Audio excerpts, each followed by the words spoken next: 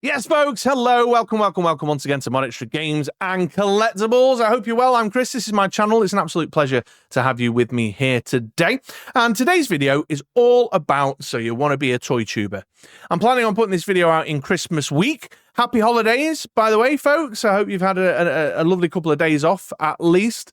But this is more of a New Year's vid, to be honest, because I know for a fact that there's a few folks out there in the cherished MoDXtra Games and Collectibles viewing community who have been thinking about getting into the ToyTuber game. And they might just make that New Year's resolution to get into the game this year, and they've asked for some advice. They've sent me messages saying, how'd you go about doing it? And so this video is all about answering those couple of people's questions, but hopefully some other folks will find it useful. I'm not a big channel. I don't profess to be some, toy tubing superstar or anything, but I think that'll be more helpful, in fact, to get my advice, because I'm just a couple of steps ahead. And like yourselves, I operate on a budget. I have limited time. I have limited resources available to me to making this channel, but I make it work. And I've done a lot of research. I've watched YouTube, tutorial vids. I've read up on stuff. I've collected articles and, just tried to improve my game. Some of you might tell me otherwise. And so I'm going to talk about the equipment I use, the kind of approach that I take to doing it, talk about things like space, resource, etc., etc. So that if you, in the new year, in 2025, are thinking about diving into the game, then you should have a few lovely hints and tips to get you started, at least from my point of view. And it's more the merrier. We need more of you out here, out in the field, out in the toy tube game in 2025. I've said it before, it's like Amazon reviews. When it comes to reviewing action figures, comic books, trading cards, whatever your collectible of choice is.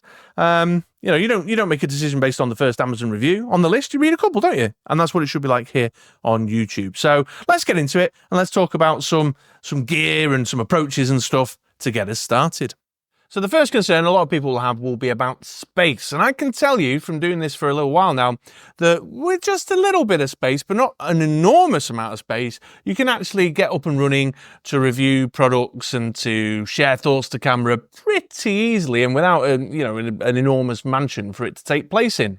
For example, here's my desk, just a standard IKEA tabletop on some legs there that everybody we'll have a desk of this nature, I suspect, but you can see down this end here, this is what I often refer to in my videos as the light box. This is where I record my reviews, and as you can see, it's just a dark foam backing board, a cardboard box with an old Ultra Pro playmat, desk mat on it, a couple of lights, I'll talk about the gear in a minute, a stand, with a butterfly mount for the camera and so on and so forth, and I do my reviews there. And then I film myself when I do the to-camera filming. In fact, I've left it turned on there on the screen. I film myself and, I'm just in my little shoebox that I've done a little walk through before. Nothing too exciting at all. So just a tiny bit of space there can get you off the ground for reviewing products in front of camera. So a dining room table, a corner of your garage, a shed in the garden, whatever. You don't need a great deal of room. What you need to make sure you got is a bit of power and, a little something just to contain it all in. In fact, I did record in my dining room for a period of time, quite a long period of time. If you go and have a look at any of my other channels with older content on, or some of the very early to-camera content I did on this very channel, you'll see that I'm on the dining room table or on a little desk in the corner of the dining room with the patio doors behind me, So all you really need is a flat surface where you can do your thing. And I know a lot of folks will be like, well, it's about dressing your scene behind you and so on and so forth. And yes, in my little shoebox here, I do dress the scene behind me. Look, there's Father Christmas because it's Christmas time and everything. But I don't think that's necessary. It's, you can just got to get started. And so with the limited amount of space that I was just pointing out there that you really truly need to do the product reviews or somewhere to place a camera pointing at your face, then just hijack the living room after all your family's gone to bed or something. You know what I mean? It's not that much of a big deal. The space issue that I sometimes hear people saying is preventing them from getting in the game, I don't think is that much of an issue, really. And then you just need a decent camera bag or something to keep all your gear in. And that's something else I did over time, is I sort of built the collection of gear, and I'll move on to equipment in a minute. I built the collection of gear in a modular way. So you notice I've got shoes, on all my stands and stuff, so I can move things around. I use a laptop rather than a desktop, so I can move it around. You can do all sorts of stuff on an iPad nowadays as well, which I'll talk about when I come to the software section. So yeah, the space bit, I think I've hopefully answered that. Just a reasonable size flat surface with enough room to point a camera at the product you want to review, or enough room to point the camera at yourself if you want to commentate and talk, you know, do it in the garden. You know, well, that dude on Instagram, what's his name? Jersey Toy Maniac or whatever he's called.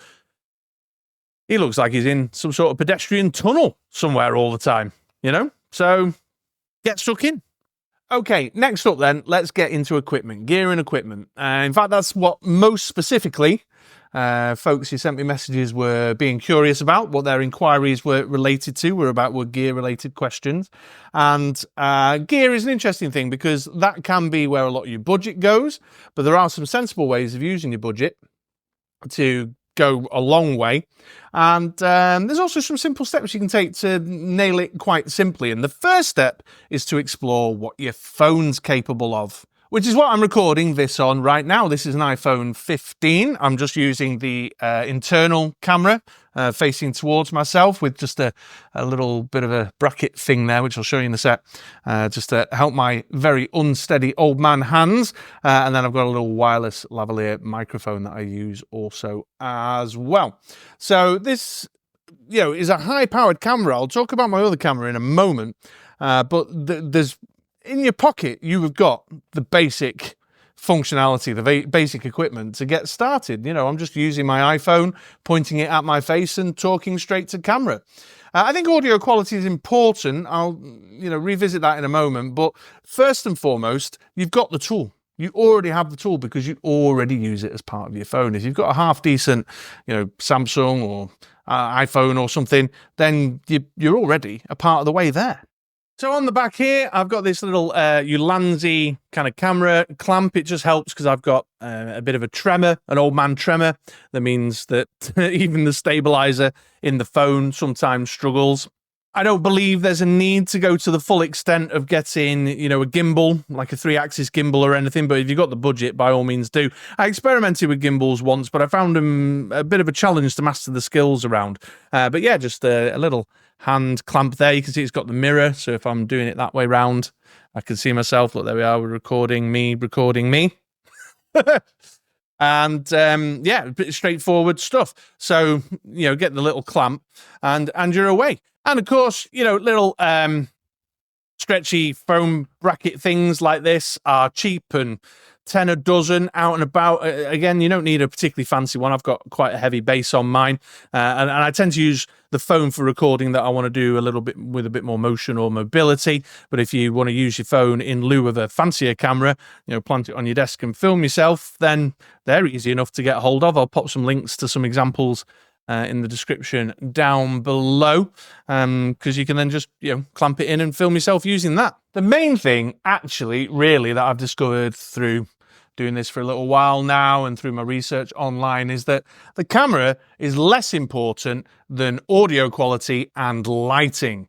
So let's have a little talk about the lighting for a second. I've got lights everywhere. There's one there. There's one there.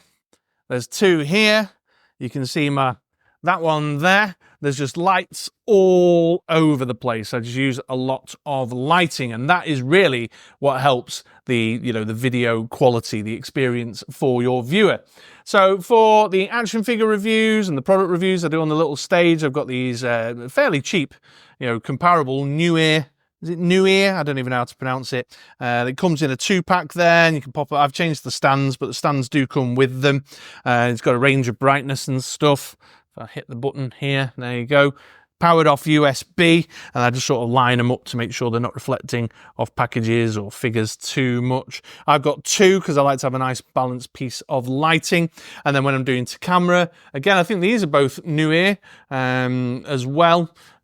The kind of back light there behind the desk, and then this light here just to illuminate myself, and then I've got loads of spotlights all the way through the ceiling, although I wouldn't recommend these create a lot of shadow on my face. And again, you can be pretty budget conscious. There are super fancy lights like the Elgato stuff and like mega expensive high production lights, but these are all kind of discount or budget alternatives that I've found by researching online. So these new ears, this 2-pack, I think on a Black Friday deal or something, or with a discount voucher I got for relatively cheap. Again, I'll put the link in the description down below. The face cam lights, again, cheap alternatives to the fancy pants ones that I did just by researching a few YouTube videos. And once again, I'll put links to the specific ones that I use down below. And that's really, you know, whatever your camera phone quality is like, or even if you're using a fancy camera, it means nothing unless you've got good, solid lighting involved. So, yeah, that's the next piece of gear I'd recommend and that you think about. You go to lighting and maybe just get started with your phone. All right, what was the other thing I said? Audio. Let's talk about audio. So here, with a little magnet clip on my chest, I'm using the Hollyland Lark M2. This is a wireless lavalier mic that then has a receiver that plugs into my phone on this side here, and that picks up the sound. These are a little harder, I feel, to get the sound quite right than my microphone on my desk, which I'll take a look at with you in a second. But these are good for quick run and gun type filming using your phone. So if you're doing, if you're like a toy hunter out and about in your Targets and Rosses and what have you, and you want to improve your audio, something of this nature could be a good fit. There are some super fancy ones. If budget's not an issue, you can go up to like the really fancy like Rode Wireless Go, whatever they're called, ME2s or stuff, or what's the other, the DJI thing stuff, but I'm using Hollyland because it's a little bit more budget friendly, and I had a little bit of, ad revenue money that I was able to put into these. But of course, the mics on the phones themselves are pretty decent. The main challenge there is that you're not able to build out the sound. It's not as full-bodied, and things like wind protection is harder to put into place using the mic on your phone itself, whereas these you can get like what they're called, the furry things, the fluffy furry things that you put over the top of them to stop the wind from interfering with your sound and stuff. So audio is super important. You can get away if you're using your phone with the phone's audio, but then you have to make sure you're in a decently sound treated environment, which I don't do actually, and I could afford to possibly do a bit more. I've got wooden floors, my walls are relatively bare, there's not a great deal of sound treating in here, but at least with something like this that you can place fairly close to the action, it can improve the situation. So if you were thinking about, well, where should I place a little bit of cash to get me started, my recommendation would be the lights and the audio. However, for the stuff I'm doing at my desk, I'm using this. The Elgato Wave 1, I think this is. Yeah, the Wave 1. Although you can't get the Wave 1 anymore, I think it's the Wave 3. This is a USB mic that I've picked up again. Being budget conscious, I went for the lower cost one in the Elgato range and waited for a Black Friday deal. But there are, again, decent budget alternatives. I used to use, is it Fifine or Fifine, whatever it's called. Again, I'll put some links in the description down below of sort of some little bit more budget-friendly USB microphones. This one isn't too bad, but you got to be realistic. If you've been round and about on YouTube a lot, you'll have possibly seen the more fancy, more high fidelity sound microphones like the Shure SM7, which is an XLR mic, the canonical one. A lot of people use the Shure model. These are less budget friendly, but obviously they also bring a much better quality of audio, but they add a lot more complicated kind of features, like you're going to need the box, the fancy box in the middle. See, that's how much I've researched that one. Whereas the USB mics, I like them because they're quick and dirty, plug and play like this one. You download the Elgato software, follow the instructions, plug it in when you tell it to, and then you're all sorted and away. And it was the same with previous USB mics I've used in the past as well. So, you can get decent USB microphones or decent lavalier microphones that will serve your purposes to get you started. And it will require a little bit of investment because it's what will step the video quality up a little bit. And if you're using your phone, your picture quality is pretty much in the bag. So yeah, there you go. That's audio and lighting. So I've talked about the phone, but I will pause for a minute and talk about the camera I have mounted at the back of my desk here. So this is the camera that I use for my straight-to-camera talkie talk stuff at the desk, or I mount it on the arm here for filming my product reviews in my little lightbox stage area. This is the Canon M200. I don't think it's all that readily available anymore, brand new, but I think you can get some decently priced ones on the secondary market. And there are other recommendations out there. Sony do some good stuff. They do like a vlogging camera range. I think it's called the ZVs, the ZV-10 and the Z whatever. Well, just do some research. But the key thing is here with the Canon, a couple of reasons why I made the choice with this one. The first is that it's mirrorless, which is important when it comes to the recording software that I pipe my camera into. You also are going to need a capture card. I've got one there. This is the capture card here. And so you'll need a HDMI to HDMI into the capture card, and then the capture card into the computer there. Why have I gone with this? Well, you know, many reasons, to be fair, but I wanted just a better quality of image in terms of how the picture quality is maintained when you zoom in on stuff. So when I zoom in on a head sculpt, on a figure or something, the quality is a bit better. That's the one downfall of some of the phone cameras I've found, but also it was a gift. I'll call it out. It was a gift. I got it one year as a present. It was intended for me to do out and about photography. I ended up using it to hermit in a cave filming YouTube videos. But yeah, this is great. Obviously, the picture quality is really tremendous. Very, very good. It's versatile, and you've got a wide range of control there in terms of what you can do with your shutter speeds and your ISO and stuff, which again will require further research. What you'll also need to do is power it. Batteries don't last very long if you're doing a lengthy stream or anything. So you can see I've got a power cable there going into a dummy battery that then powers the camera. What I will say about the M200 is that mine overheats a lot. So using your cameras for extended periods of time can be a bit tricky. But that's what I use there, the Canon M200. I'll put a close alternative link to in the description, or some of the other kind of recommended alternatives to this particular camera. But like I say, it brings a really great quality of camera work. And what that also means then is that I've got a versatile filming rig, because I've got two cameras really, when you consider the fact I've got my phone and I've got that, and so that I can set it up several angles and different things. So for example, up here, you can see I've got a little bracket attached to the light arm there that I can put my phone on. And then also over here, I've got a little MagSafe bracket clamped on under here for if I want to do recording while sat on my little chair there.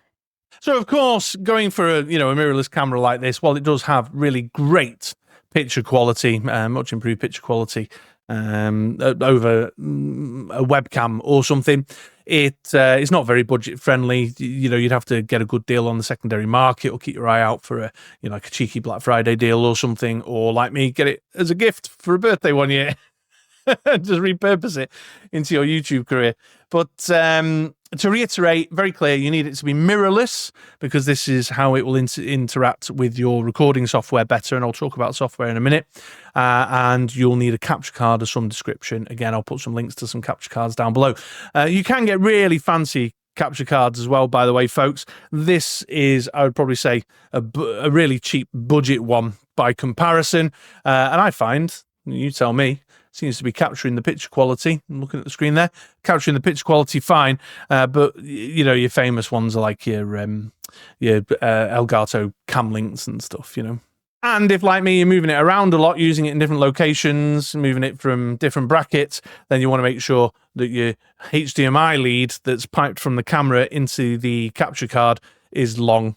And I've gone for a nice braided cable that's got a bit of strength, while still retaining flexibility, because your thinner ones can get knackered real quick. But there you go, there's the camera stuff. I'm really, the next step for me is to explore lenses and things like that. I do have a couple of lenses, but I've not really cracked that nut. I want to do more research and learn more about that space. But if anyone's interested, specifically, the lens I'm using right now is just the kit lens out of the bag, which is a bit more limited in terms of the field of view and stuff, but serves my purposes fine. What that does mean is that you end up with lots of mic stands and brackets and mounts and legs and tripods and things all over the place.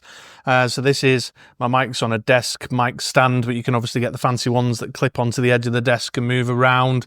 I've got the rod up the back of the desk there with the arm coming out to hold the camera at the back. I've got my lights on desk stands. I put my phone over here on a little desk stand. These are all old microphone stands, actually, from my misspent youth as a bedroom rock star, is what a lot of these are.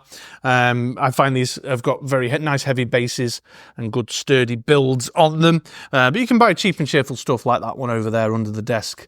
Under the shelf, that are relatively reasonably priced as an alternative, or you can go to sort of big and fancy ones that are attached to your desk, again by companies like Elgato and such like. But this serves my purpose here, and again it's just flexible, modular. I can move it around, place it in different spots on the desk as suits my purposes.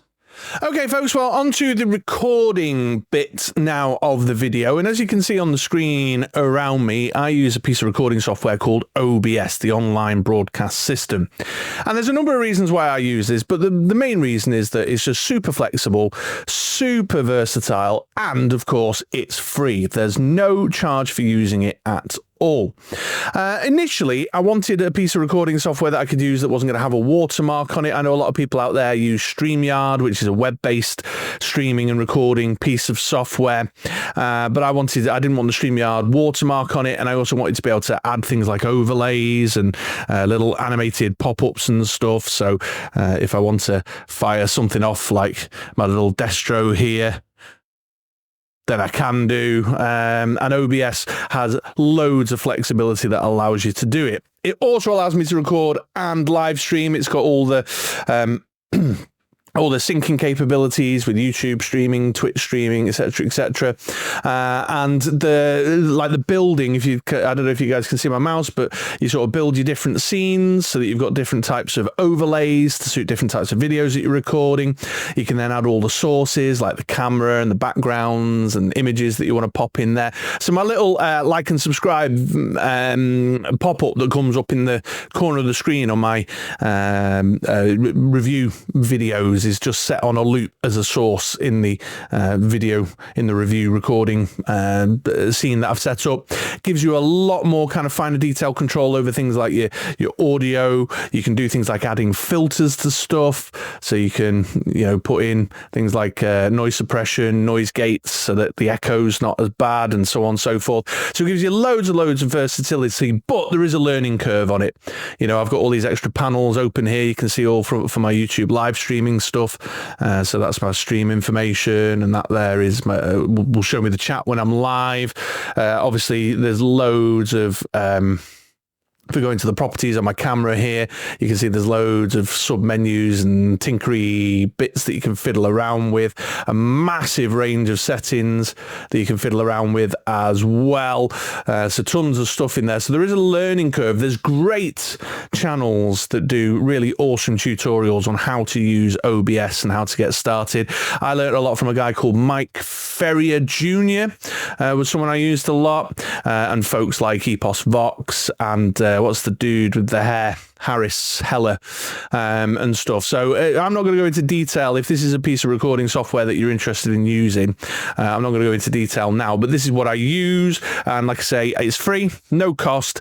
It's versatile. You've got a wide selection of plugins and stuff so that you can make it a little bit more interesting. I'll give you one example for plugins. If I switch out to my my live stream thing, if I press this button now, it should switch. Why is it not switching? There you go. And you can see it had the kind of animated doobly what's it going on. So I find it great, and I can personalize it, and my little animated ticker roll in the background here.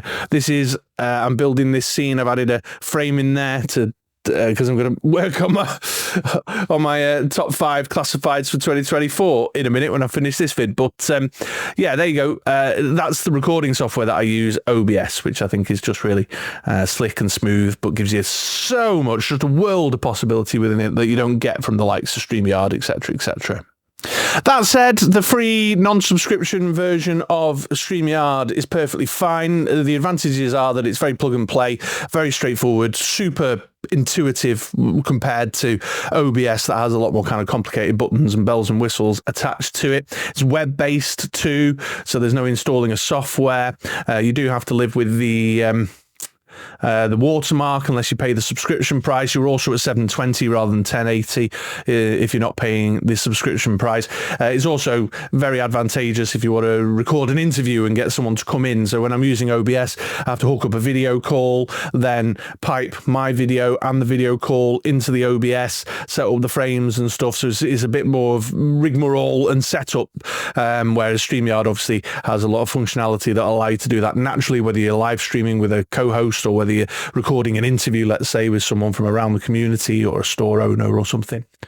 And it is just as simple as, like, you know, going to the settings, picking what camera you want coming in, picking what audio you want coming in. You know, there's a few little bits and bobs of things like overlays and animations that you can add. And of course, you got all the your sub menu just below here. It's nice and easy for your chat as well when you're live streaming. So there is, you know, an alternative web-based version. I see a lot of people using StreamYard for their recording and for their live streaming as well, and this could be a good way to start if you don't want the learning curve, the journey of getting to grips with OBS. Maybe you don't have a laptop. Surrounding me right now is an iPad app that I'm using. It's called Camo Studio, along with an app called the Camo Camera on my iPhone. I've synced the two up, and then you can see I've got, you know, the flexibility to move things around. I can add, face cams in there. So let's go type camera, select a device, the back camera, and then, you can just see just above my head, I've just added the back camera, looking at this dice I've got there. Let's switch that to the front camera. Here we go. So there you go. You can add yourself in if you want to put yourself in the little corner there, just using this side menu. Oh, my ring doorbell's going off. Using this side menu, and then you've got the camera itself here. Look, that's synced up with my iPhone. So, and then just get yourself a nice USB-C hub like this. You can add that with I've just got a memory stick in it to move stuff around or save it or whatever, so your memory on your iPad doesn't fill up. And this works and operates just like the StreamYard does, just like the Logic Capture does. It's not quite as expansive as OBS, but it's certainly got the power. You can see various things. You can add different backgrounds. You can add filters. You can spotlight things. Don't know what that's just done. Change the lighting on my camera. You can add a frame in there. You can put overlays. Got like if I choose this all scenes down in the corner here, you can pick different scenes, set templates, so on and so forth. So this is an alternative. I use this sometimes when I'm doing my thoughts from the sofa, or if I'm in a different room, or I'm looking for something a bit more mobile to allow me to record. So if you don't have a laptop but you still want to get up and running and recording, if you've got an iPad and you've got a phone or a tablet and a phone, the app is available on the Google Play Store, on the Android, so on and so forth, just by opening the Camo Camera on your phone, zapping the QR code on the Camo Studio on your iPad, you can be away. And again, I'm not going to go into great depth now about setup and best settings and stuff. There's plenty of great quality YouTube tutorials around that help you with that, but there's another alternative for recording your reviews. And as you can see, it's a pretty decent quality image on my little Viper there. So let's see now. I've talked about gear. I've talked about recording. What's next? Let's go on to editing, how I edit the videos. And let me show you a free piece of editing software that I use that's called Shotcut. So here we are then, guys. Around me now, you can see Shotcut. Like I say, this is a free app, a free video editing app that I've downloaded to my PC. Some alternatives that you might like to explore are CapCut, or if you're using the Apple ecosystem, iMovie, they're all just as good really in terms of the type of editing that I do.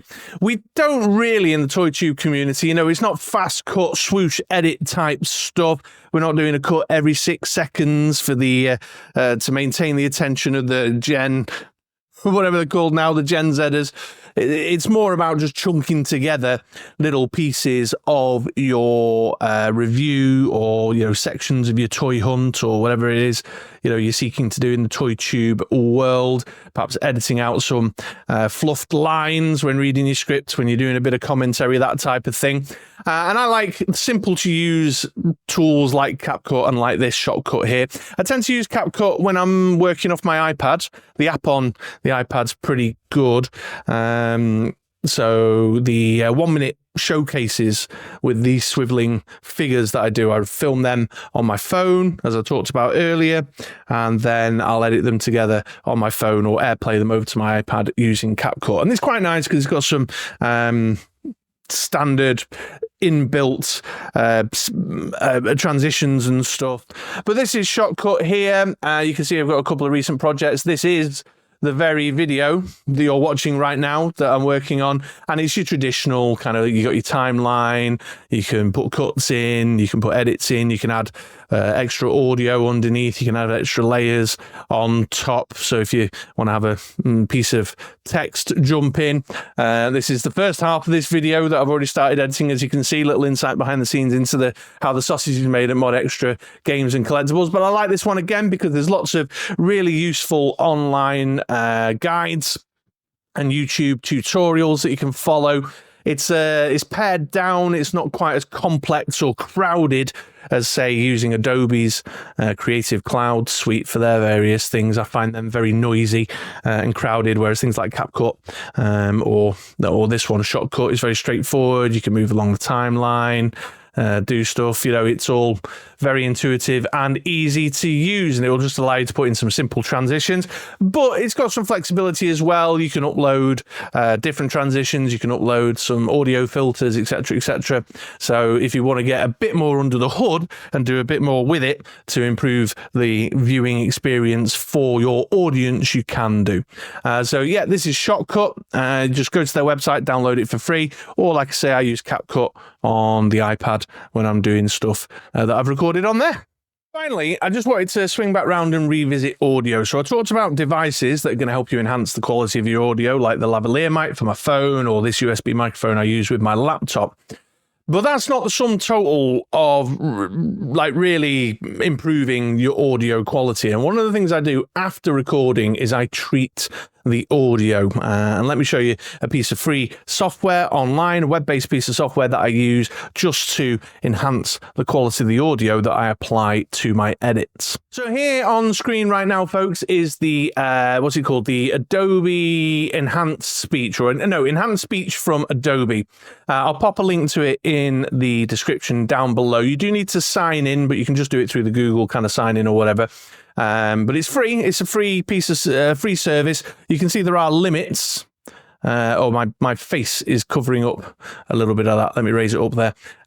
So you can only do audio files, maximum of 30 minutes, which truly, even wafflers like me don't end up necessarily using, although this video might end up going over 30 minutes.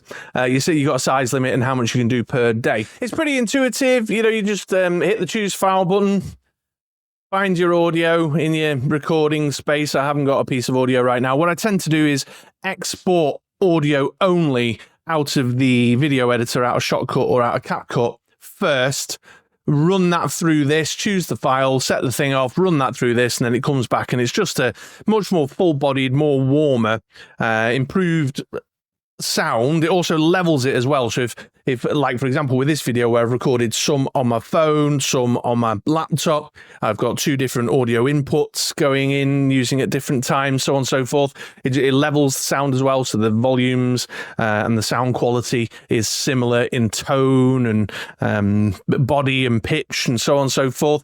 And it just improves it. And then I put that in as an audio layer, mute the original audio on the recording, and then there you go. You know, you've got some improved sound. And it's something I've noticed a lot of people don't do on YouTube. They record straight into the USB mic or straight into the lavalier mic or straight into their phone or whatever they're using, and then just post it up like that without treating the audio. So there's something about treating the audio as it's going in. Like I said before, you can apply filters through OBS and such like, but then there's something about treating the audio afterwards just to equalize it, to enhance it, to level it out, and to give it a bit more body and quality sound, and gives it a bit more of that kind of, I don't know if you've noticed, maybe tell me in the comments down below. Perhaps this is a step in my workflow that's unnecessary, but I like to think it creates a bit more of a kind of professional sounding, more kind of podcast style audio aesthetic. Is it an audio aesthetic? What's the sound version of an aesthetic? I don't know. Tell me that in the comments down below. I'll be looking that up after this. But yeah, treating my sound is one of the elements I do after the fact using this, the enhanced speech from Adobe. Link in the description. Okay, folks, well, this vid's getting super long. I'm going to wrap that up there. But as far as giving you a starter for 10, and hopefully I've answered the questions from the couple of folks who messaged me asking for some hints and tips, I've given enough information today that at least your first step on the race, as it were, can be taken because you've got some pointers as to where to get started.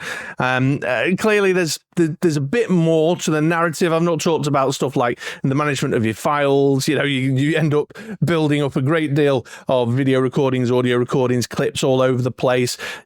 Your cloud storage to sync up stuff when you're using multiple devices like I'm doing, and all that kind of stuff. There's more to it. Managing your scripts and managing your your content plan and those types of things. That's a whole other part of the story. But ultimately, really, thinking to one of the tutorial web pages that I use called Think Media, they have a tag phrase that says, you've just got to press record, and hopefully I'll give you enough to get you just over that hump into pressing record.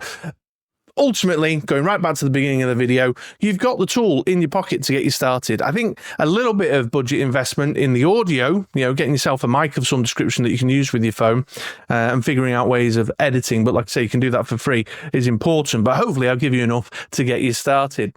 So let me know in the comments down below. If you've got any questions, then just track me down on Instagram or whatever. Again, links to my socials are in the description as well. And there's links to all these products on Amazon for the North American viewers. Those are affiliate links as well, guys. So just bear in mind, if you do use those links, you'll end up giving me a kit back, which will, of course, help me on my ongoing journey of upgrading my equipment and such like. So it's win-win for us all. But that'll all be laid out in the description to get you started and help you out. That's it. I've run out of steam. It's a long video. Let me know if you want more content of this nature. And I can arrange that. But in the meantime, I hope you have a great day. I hope you have a great week. Look forward to your New Year's and partying it up on New Year's Eve. And I'll catch you in 2025, folks. All right? Take it easy.